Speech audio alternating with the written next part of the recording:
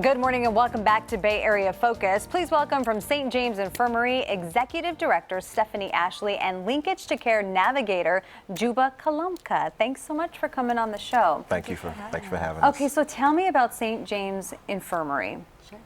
So St. James Infirmary is the only occupational health and safety clinic that's by and for the sex worker community in the country. What that means is that we are a group of current or former sex workers providing health care and social services and support to the sex worker community. And sex workers include?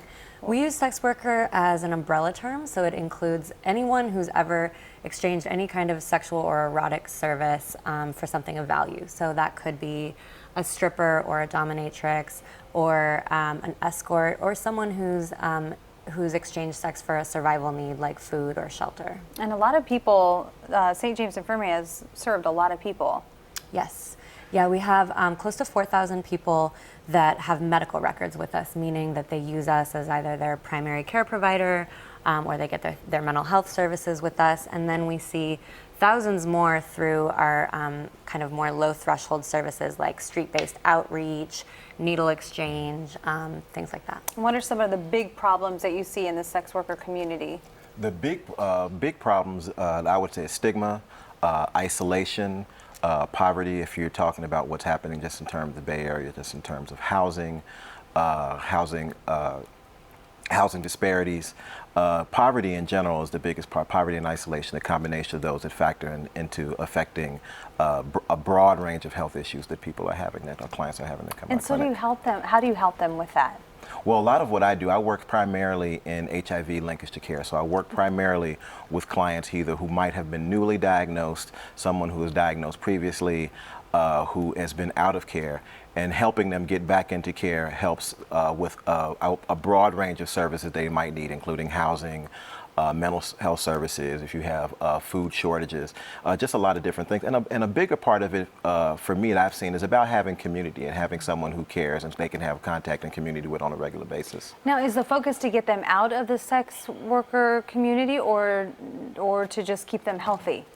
Our focus, we're not an exit-based program, and we're one of the few programs that is not exit-based. So we don't believe that we are experts in anyone's lives, and we believe that people know what is best for themselves.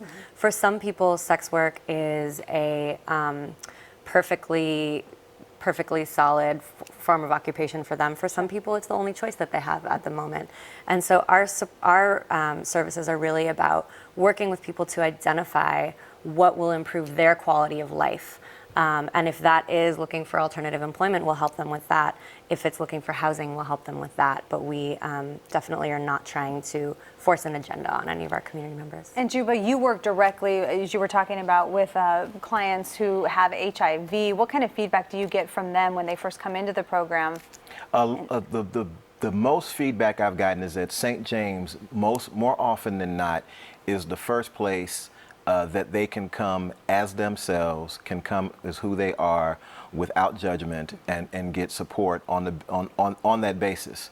Coming in as who they are and getting what they need and being able to articulate that. I mean, that can be very simple for some people sometimes, and that can be very complicated, and that can change over time. But that's the baseline, I think, is that people just get to be met where they are and get to talk about what they need without having any judgment. Sure, they come out of the shadows. Yes. You talked about the stigma. You mentioned that. Talk about that a little bit more. Well, if particularly in my experience of talking about of HIV, my experience in terms of people in infection is either there's a space of sex, drugs, or sexuality and drugs might be the combination of the space that they're coming from in that experience. And a lot of what people are dealing with is societal attitudes and social attitudes around sexuality, drug use, a lot of moralization around that that doesn't have anything to do that existed long before there was an HIV or any whatever kind of social disease that you would want to talk about. So being able to talk with people honestly from that space about what their desires and what their needs are, separate from the ideas that anyone else has about their diagnoses, and getting them to be helped from the space that they need. The fact that you serve 3,500 to 4,000 people, there is a real need for the services in the Bay Area. Definitely, and I would add another factor that plays into this, certainly for sex workers in general and for HIV positive sex workers in particular, is criminalization. Yes. So prostitution is against the law, and it's very broadly and vaguely and loosely defined in the law in California.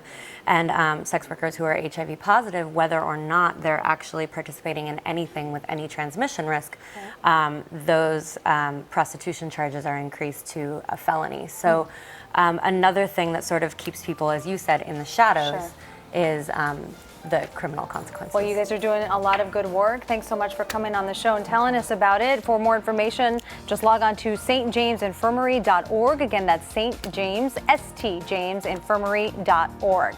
That's it for this week. We'll be back with more Bay Area Focus next week. Have a great day.